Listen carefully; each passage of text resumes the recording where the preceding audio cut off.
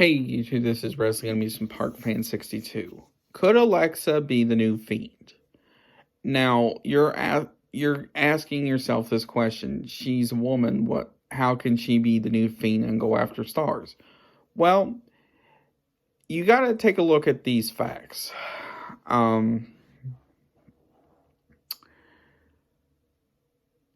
Alexa, when she joined Bray Wyatt last year, it really wasn't until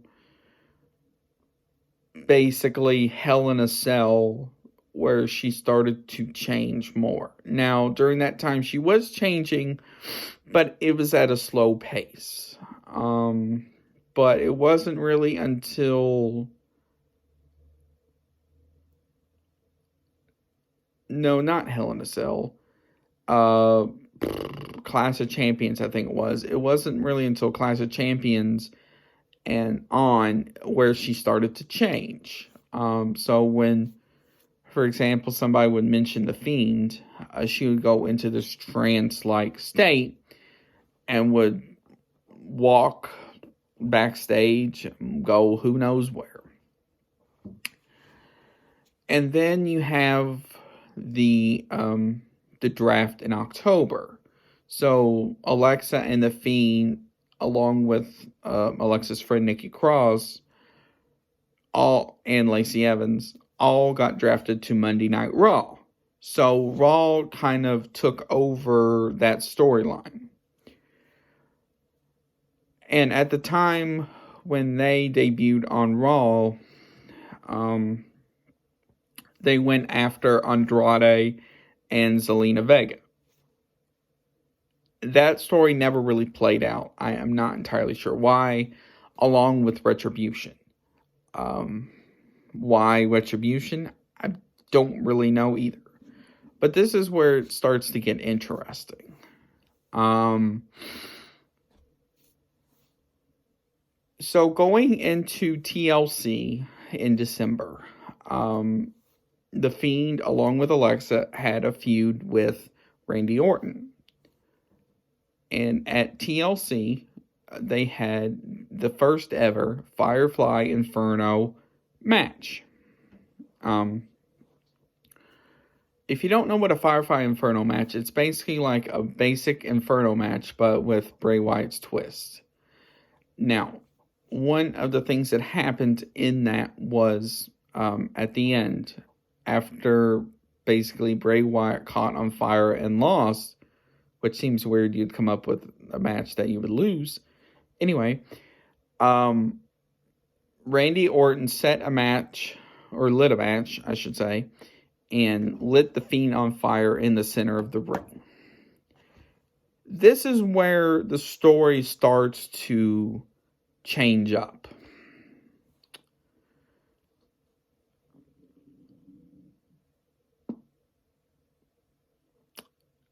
After that, Alexa started to change even more than she did up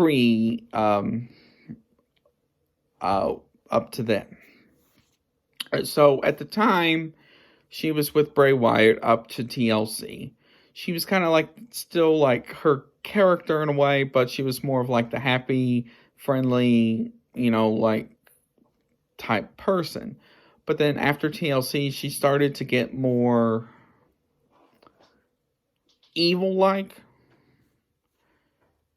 For example, going into Christmas or New Year's, she went out to the ring at the main event and asked Randy to light her on fire like he did the Fiend. To end the show, the lights went off. Randy Orton lit the match, but he never lit Alexa on fire because he felt guilt.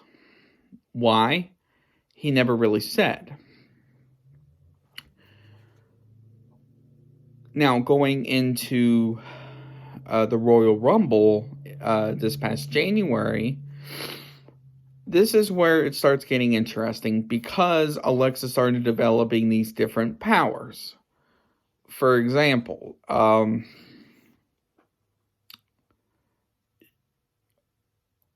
I think it was the Rumble, she developed a firepower where she threw like a fireball at Randy Orton. So he was rolling around like acting like, his face was on fire. Basically it was. And then, but then also she had 2 matches back to back on Raws during that time too, where she faced Asuka and Nikki Cross.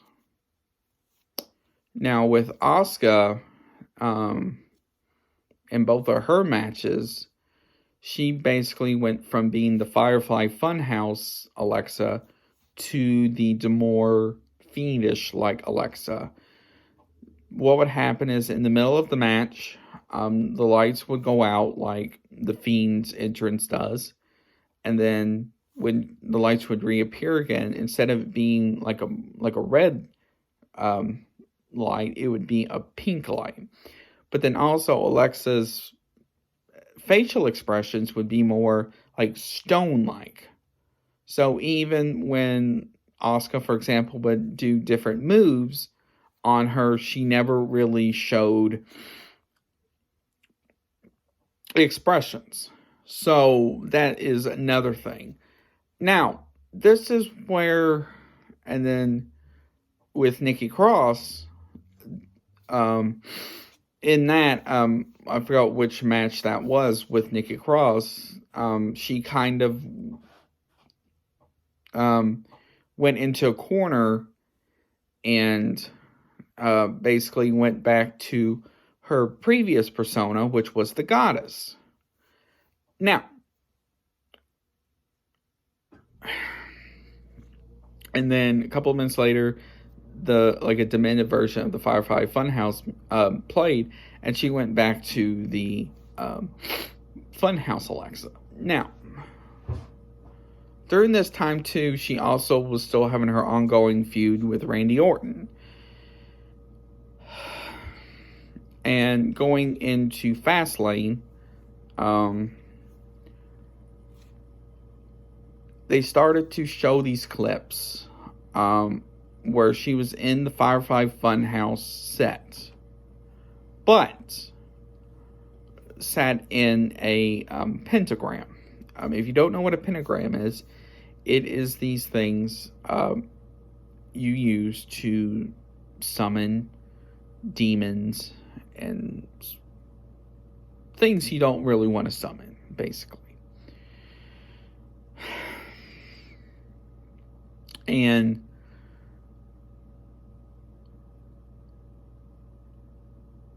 so at TLC, not TLC, I'm sorry, Fastlane, going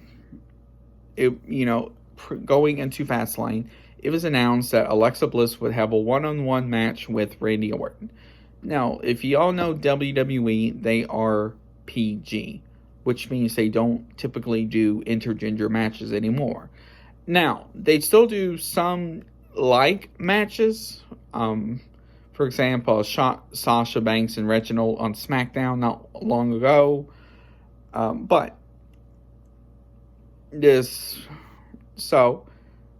going into the match, you knew some wacky shenanigans was going to happen.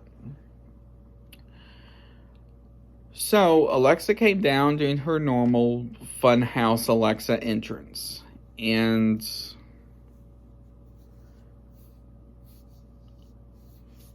so she was kind of doing her playful things. And so there was a scene where they were on the outside and Randy was getting close to Alexa, but a set of lights fell down and almost hit him. Stuff like that. Well, as Alexa was in the corner of the ring, you could see the mat split and like a crispy looking hand coming out of the mat. And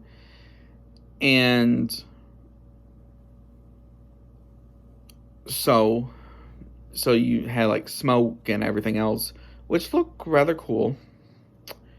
And it was the new version of the Fiend, a more crispy-like version. And basically, he did the Sister Abigail to Randy, and Alexa pinned him.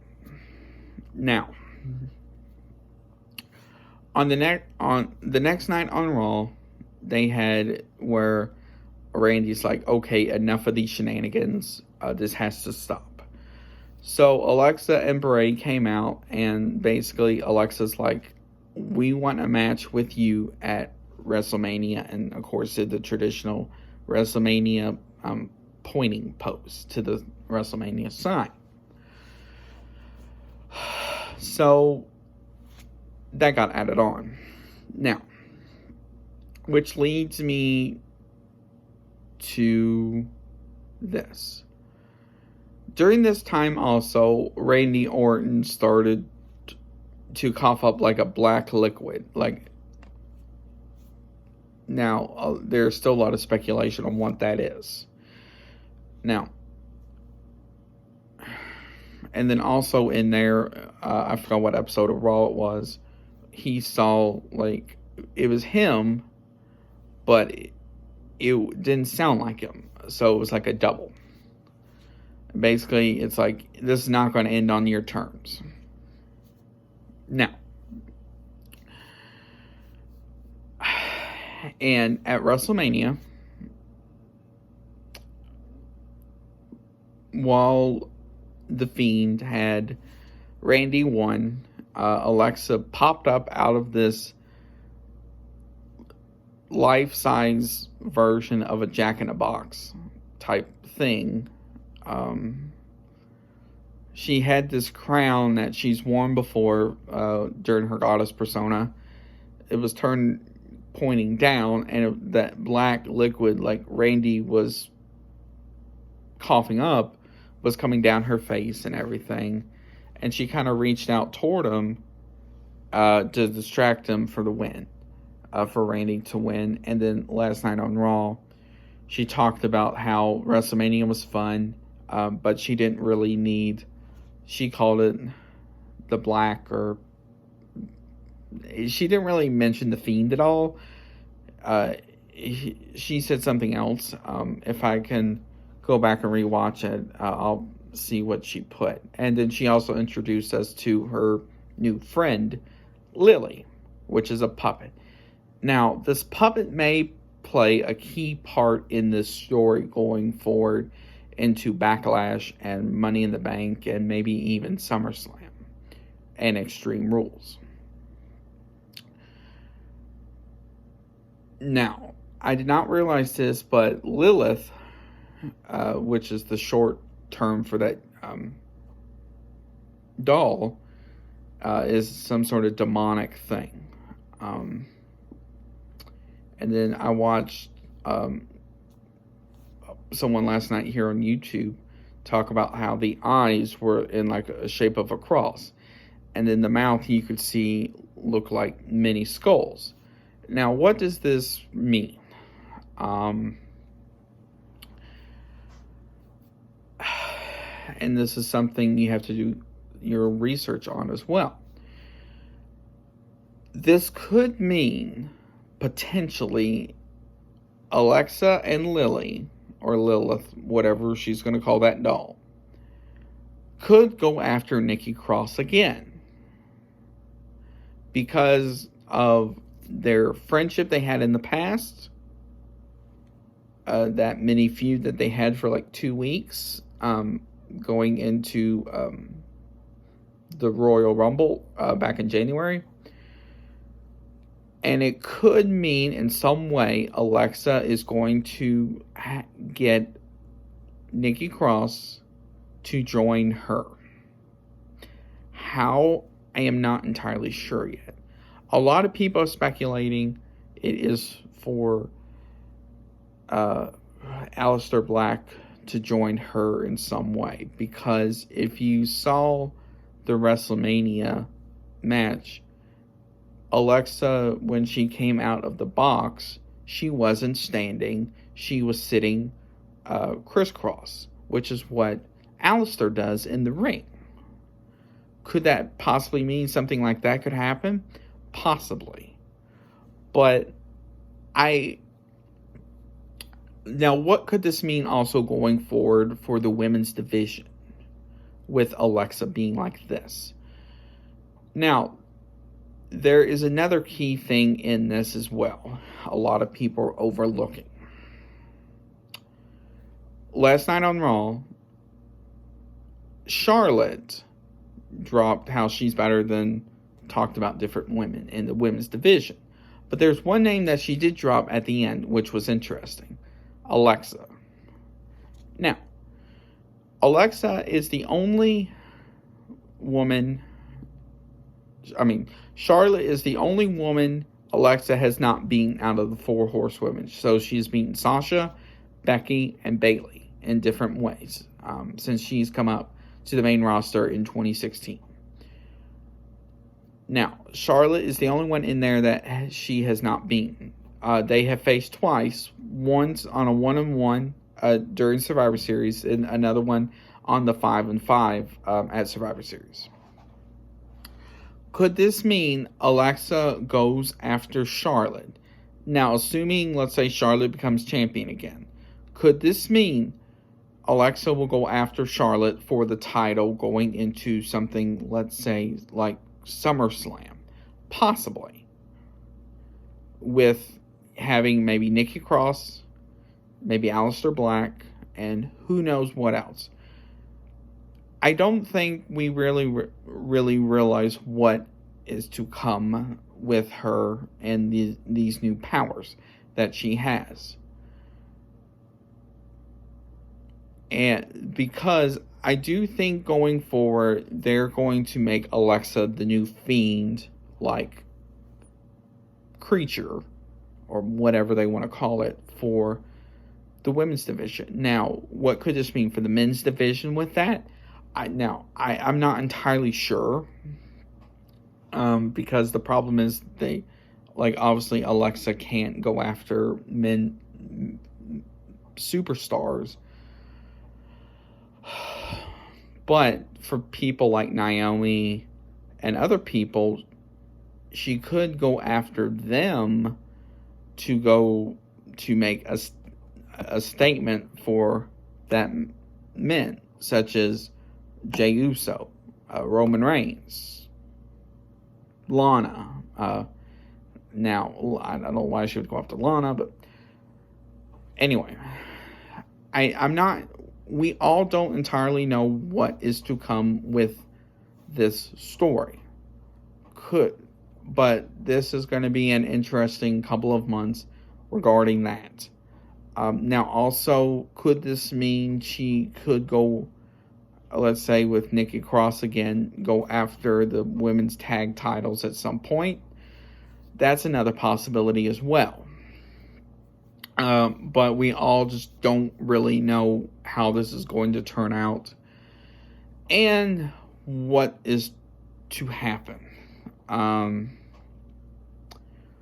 So we have to stay tuned and watch Raw every week and find out. Or if you cannot watch Raw, you can just stick to their YouTube channel along with their social media, and they will post stuff about that as well.